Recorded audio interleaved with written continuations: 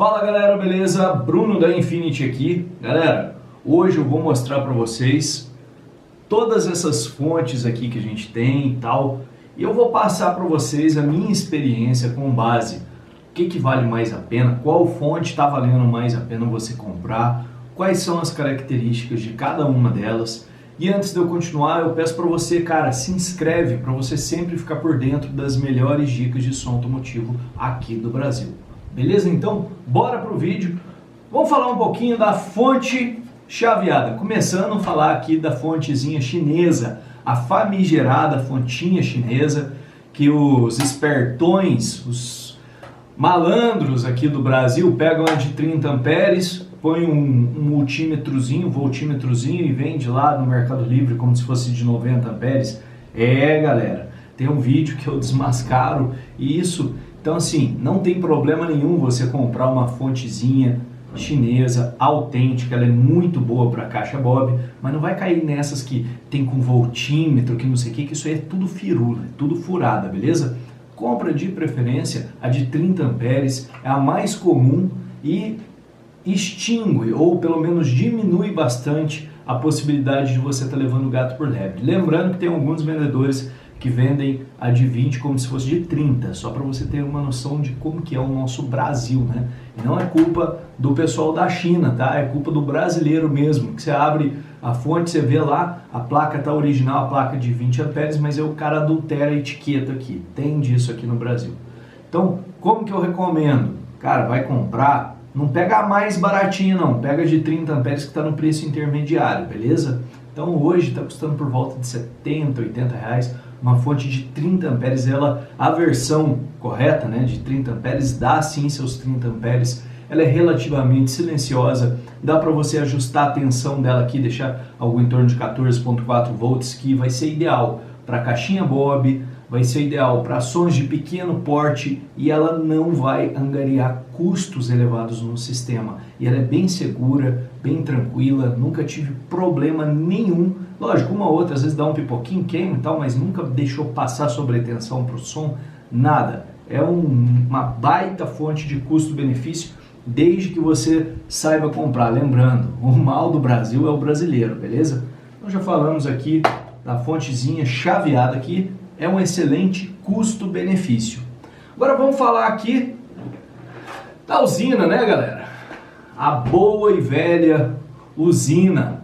Cara, essa fonte aqui, por exemplo, a usina Smart 120 amperes, é uma fonte que, essa aqui eu tô com a versão que tem um multímetro aqui embutido, tem um controle de tensão, controle de corrente, ou seja, eu vou carregar minha bateria está muito descarregada. Em vez de você dar aquela bordoada na bateria, você vem aqui, baixa a corrente, deixa a bateria carregando devagarzinho. Isso é muito interessante.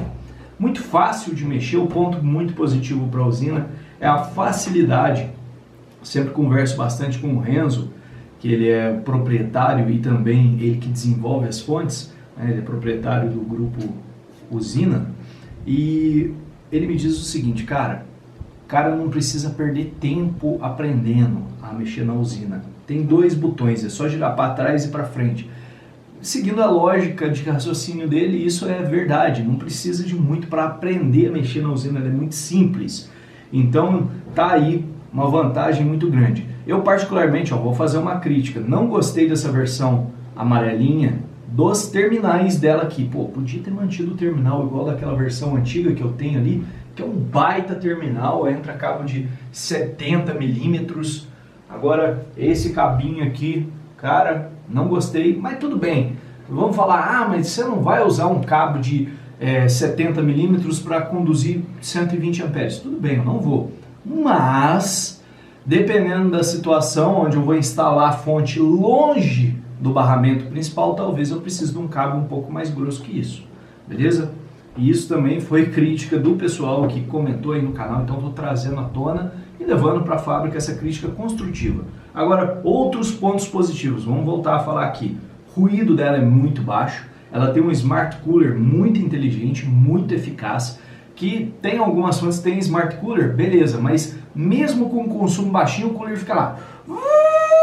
Então essa aqui é bem tranquila nesse quesito. Ela vai servir bastante, ela vai se comportar muito bem, por exemplo, em caixa Bob, por conta do ruído dela ser relativamente baixo, mesmo ela tendo uma corrente bem alta de fornecimento. E sim, ela tem o sistema de carregamento inteligente, embora não seja exposto aqui, não sei o que, modo de carregamento e tal, ela já reconhece, você põe ela na bateria, ela já reconhece, já dá a carga na bateria, a velocidade da carga você define aqui na corrente, né? Mas aí ela eleva até 14.4, sustenta em 14.4 por um tempo e depois joga para flutuação, que é 13.8. Então ela faz esse trabalho, embora ela não propague muito isso, ela tem essa função de carga inteligente, beleza? Vamos falar um pouquinho aqui da atual fonte da Tarampes, ProCharger 120 amperes, no caso essa aqui, né? Mas tem de outros modelos, tem até de 200 e tantos amperes. O que eu gosto e o que eu não gosto na ProCharger? Bom, uma coisa que eu não gosto, terminal aqui pequeno, igual eu critiquei da usina, vale a gente ser imparcial e falar de todas, né? A questão dela não ter um sistema de carregamento inteligente. Por exemplo, você setou aqui em 14.4, fez o ajuste fino, ficou lá em 14.4, ela vai deixar em 14.4 diretão. Então, para quem entende um pouco mais das baterias, sabe que a bateria não deve ficar diretão em 14.4, ainda mais, eu tenho uma caixa Bob que eu uso também com bateria para às vezes eu tocar na chácara sem ter que ligar a fonte. Aí eu deixo minha fonte ligada na tomada e carregando minha bateria. Cara, não é bom a fonte sustentar por 14.4 volts durante todo o tempo.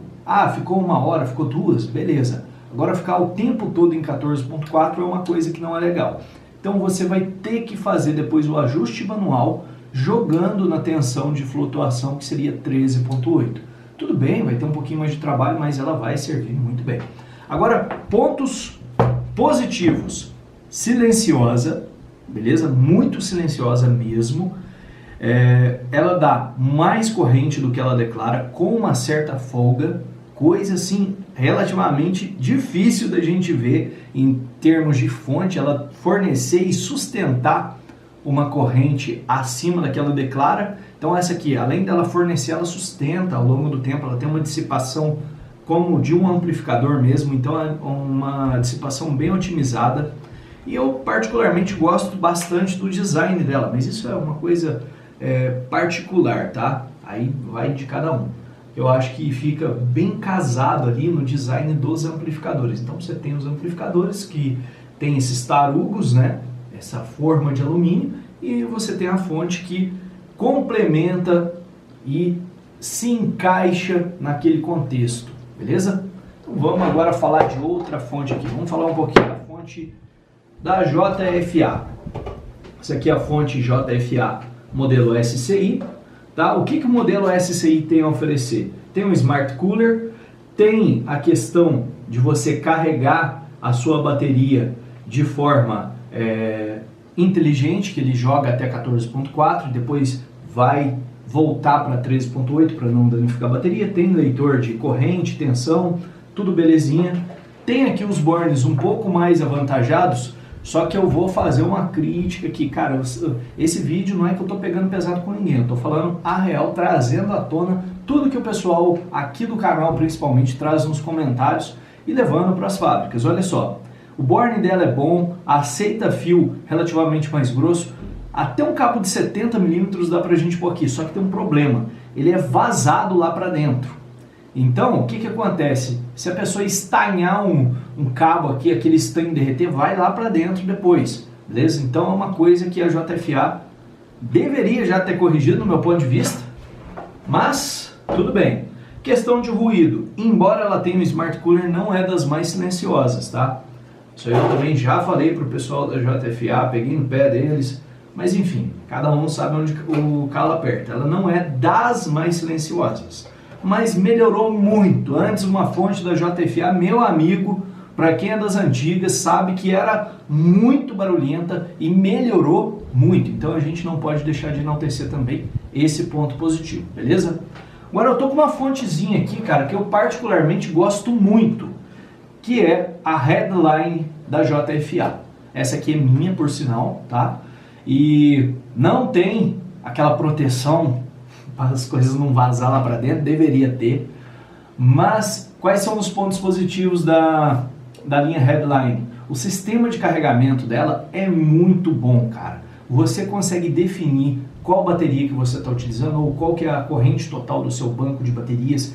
Ela já vai, no sistema de carga lenta, mandar uma corrente bem baixinha, equilibrada, para você recarregar suas baterias, judiando o mínimo possível delas, porque todo mundo sabe que um processo de recarga mal feito, às vezes é mais prejudicial do que um processo de descarga profunda. Então, é muito importante você cuidar da sua bateria muito bem, tanto na recarga quanto na descarga.